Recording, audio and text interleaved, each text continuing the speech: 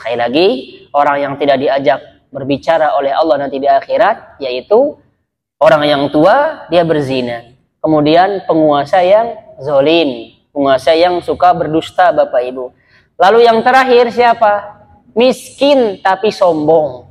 Udah miskin, sombong. Nah, nggak diajak berbicara oleh Allah nanti di akhirat. Kita berlindung dari hal demikian, Bapak Ibu ya.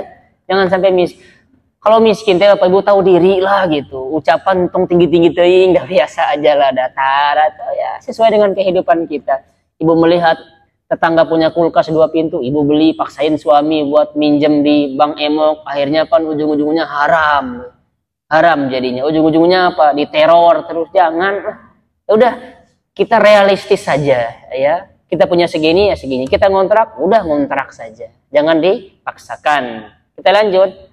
Mohon. Intinya jadi Allah doang yang bisa sombong teh Bapak Ibu. Udah wajar, Allah punya semuanya.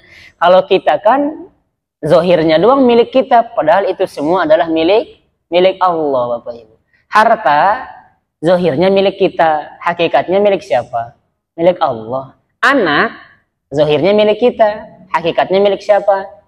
Milik Allah. Maka ibu kalau belum diberi anak, terserah Allah dan milik Allah. Bisa jadi nanti ini saya titipkan ke kamu ya, anak. Bisa jadi nanti anak jadi musuh bagi kita, karena anak juga ujian. Sudahlah, terserah Allah Bapak Ibu.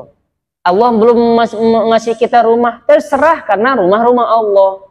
Harta belum cukup-cukup juga, dan terserah Allah. Allah memberikan kita harta, cukup apa tidaknya, terserah Allah Bapak Ibu.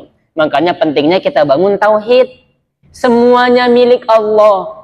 Kalau misalkan kita merasa itu milik kita, pasti akan kecewa Bapak Ibu. Nih mobil bagus, ibu naik mobil bagus, lecet sedikit, marahnya minta ampun, padahal lecet sedikit.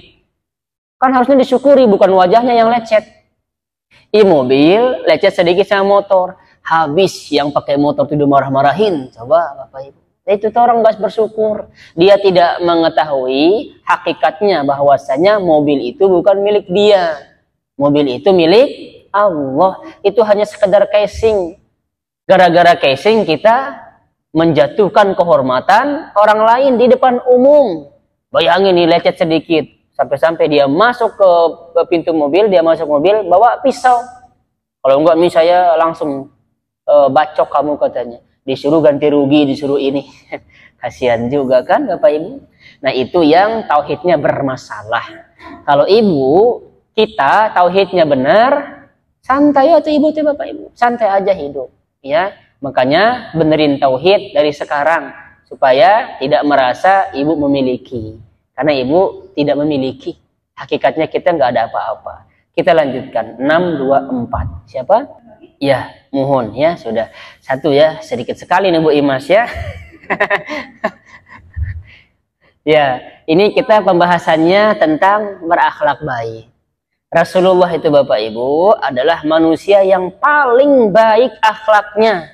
Maka kalau mengaku keturunan Nabi, jangan berkata kasar. Pidato di tempat umum menjelek-jelekkan pemerintah, itu tidak mencerminkan sebagai keturunan Nabi. Nabi mengajarkan kita untuk berkata yang baik. Nabi mengajarkan kita untuk merangkul sesama. Nabi mengajarkan kita untuk membantu sesama.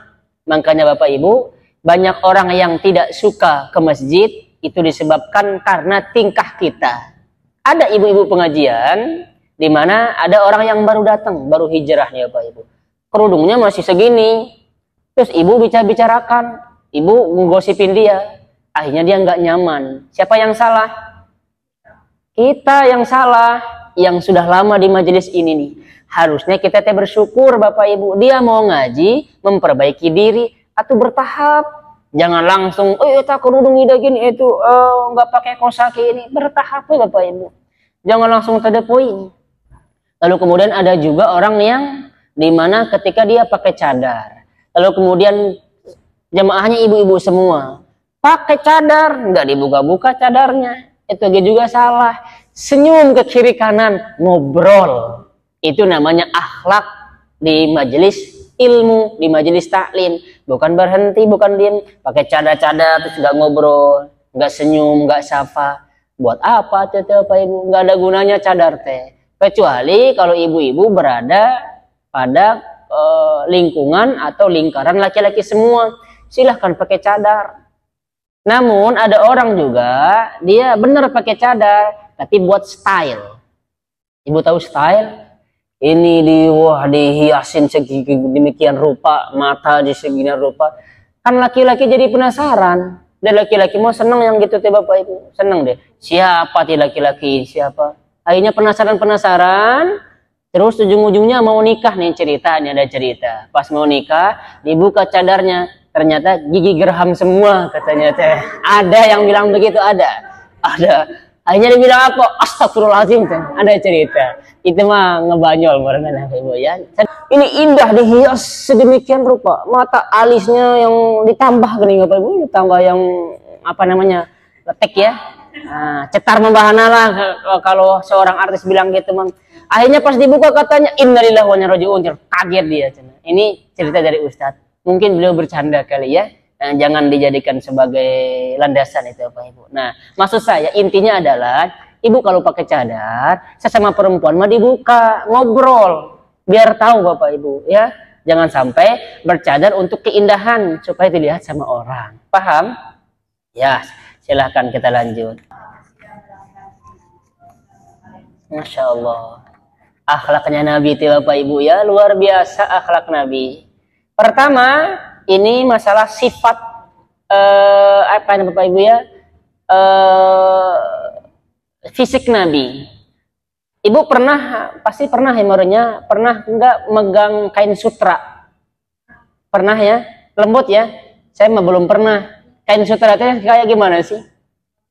Bagus ya? Ada ya? Lembut ya? Lembut kain sutra. Nabi, kata seorang sahabat ini, tangan beliau lebih halus, lebih lembut daripada kain sutra. Bayangin gimana Nabi Bapak Ibu. Kalau di kita kan sering nyuci kan, jadi rombehon ke banyak di sini Pak Ibu. Nah, kalau kita mau udah keras tangannya, kasar, tangannya teh kasar. Tapi Nabi bayangin dah hadis ini Bapak Ibu, ciri fisik Nabi teh. Makanya kalau ada yang mimpi, saya bersalaman dengan Nabi. Oh gimana tangan Nabi? Tangan Nabi kayaknya sering bekerja, misalkan kasar. Itu berarti setan. Setan ya. Sekali lagi, tangan Nabi kata sahabat ini lebih halus, lebih lembut daripada kain sutra. Dan Nabi semenjak saya menjadi pembantu nggak pernah komen terhadap saya. Ada nggak sekarang ibu-ibu yang punya pembantu? Pernah nggak ibu nggak pernah komen gitu, nggak komen ke asisten rumah tangga? Pasti deh kita mau komen. Kenapa dipelnya segini doang? Kenapa ini masih ada debunya? Kenapa ini nggak dipindahin ke sini? Kenapa terlambat? Kenapa? Wah banyak kita Bapak Ibu. Nabi, Masya Allah, tidak pernah komentar kepada pembantunya. Nabi nggak pernah bilang gini, kenapa kamu nggak ngerjain ini? Kenapa kamu nggak ngerjain itu? Nggak pernah. Bayangin Bapak Ibu, akhlak Nabi yang harus kita teladani. Ya Bapak Ibu ya, Masya Allah. Susah yang ini mah. Termasuk akhlak Nabi Bapak Ibu. Tidak pernah berkomentar terhadap makanan. Kalau kita, aduh ya keasinan. Aduh ya kurang asin. Ah ya kurang manis. Ini terlalu pedas. Nabi nggak pernah bilang seperti itu. Dan kita kan manusia biasa Bapak Ibu ya. Kita mah manusia biasa. Wajar. Tapi jangan dicela makanan tersebut, jangan ya. Nah, susah mengikuti akhlak Nabi. Dan harusnya kalau muludan ngebahasnya yang demikian Bapak Ibu. Ini banyak tentang akhlak Nabi yang kita bahas. Ya. Sehingga kita yang ngaji ini ilmunya bertambah. Paham ya? Yang paling banyak memasukkan orang ke dalam surga itu adalah akhlak yang baik Bapak Ibu. Ya, akhlak yang baik. Takwa kepada Allah dan akhlak yang baik. Lalu hal yang paling banyak memasukkan orang ke dalam neraka adalah apa kira-kira di sini sebutkan? Mulut, lisan Bapak Ibu, dan kemaluan. Sekali lagi, yang paling banyak memasukkan orang ke dalam surga adalah takwa kepada Allah dan akhlak yang baik. Yang banyak memasukkan orang ke dalam neraka adalah mulut dan kemaluan. Silahkan dilanjut. Yang paling sempurna keimanannya adalah yang paling baik akhlaknya. Dan orang yang terbaik di antara kalian adalah yang paling baik terhadap istrinya. Kalau ibu nggak berani bilang ke suami, ibu tulis aja, yang kecil sih tempel di tembok. Hadis riwayat Tirmizi gitu. Gitu caranya. Atau ibu status gitu, ya. Alhamdulillah hadis ini bagus sekali gitu. Orang yang terbaik di antara kalian adalah orang yang paling baik terhadap istrinya. Itu ibu statuskan gitu. Kalau nggak dibaca, tempel di tembok. Kalau kita tidak bisa sholat tahajud setiap malam, kalau kita tidak bisa berpuasa Senin Kamis atau Ayyamul Bid, kalau kita tidak bisa berpuasa sekali sebulan, perbaiki akhlak. Karena itu bisa menyamai derajat orang-orang yang suka sholat setiap malamnya. Orang yang suka berpuasa. Paham Bapak Ibu ya? Sekali lagi, kalau kita tidak bisa sholat tahajud setiap malam, tidak bisa berpuasa Senin Kamis, maka untuk mengimbangi derajat pahalanya orang-orang seperti itu, kita perbaiki akhlak kita. Setidaknya senyum Bapak Ibu, ke tetangga, ke teman-teman kita senyum, ajak ngobrol dan lain sebagainya. Pahamnya? Kita lanjutkan. 6, 3, 5. Mursalin, Muslim, ya. Oke. Jadi Bapak Ibu, ini ada 3 tingkatannya. Rasulullah menjamin surga buat kita, bagi siapa? Bagi orang yang meninggalkan perdebatan walaupun dia benar. Sekali lagi ya, ada 3 tingkatan. Rasulullah menjamin surga untuk kita, bagi kita yang meninggalkan perdebatan. Walaupun kita itu benar, kita meninggalkan perdebatan tersebut. Dijamin surga di pinggir. Di pinggir dia sudah jelas Bapak Ibu ya surga. Yang kedua, Rasulullah menjamin surga bagi kita, rumah ya di tengah-tengah surga, bagi orang yang mana tadi yang dibaca? Bagi orang yang meninggalkan perkataan-perkataan dusta, walaupun niatnya bercanda, ingin membuat orang tertawa. Rasulullah menjamin surga demikian. Dan Rasulullah menjamin rumah di surga yang tempatnya tinggi bagi orang yang akhlaknya baik. 3 tingkatan Bapak Ibu ya.